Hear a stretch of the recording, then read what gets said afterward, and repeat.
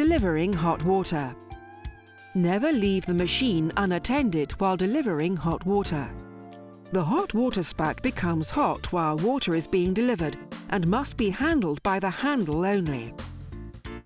Place a container under the cappuccino maker as close as possible to avoid splashes. Turn the hot water steam dial to the I position.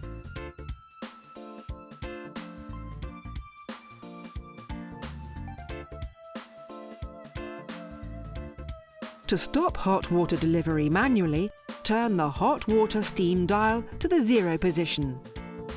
Please note, if energy saving is active, you may have to wait a few seconds before hot water and steam are delivered.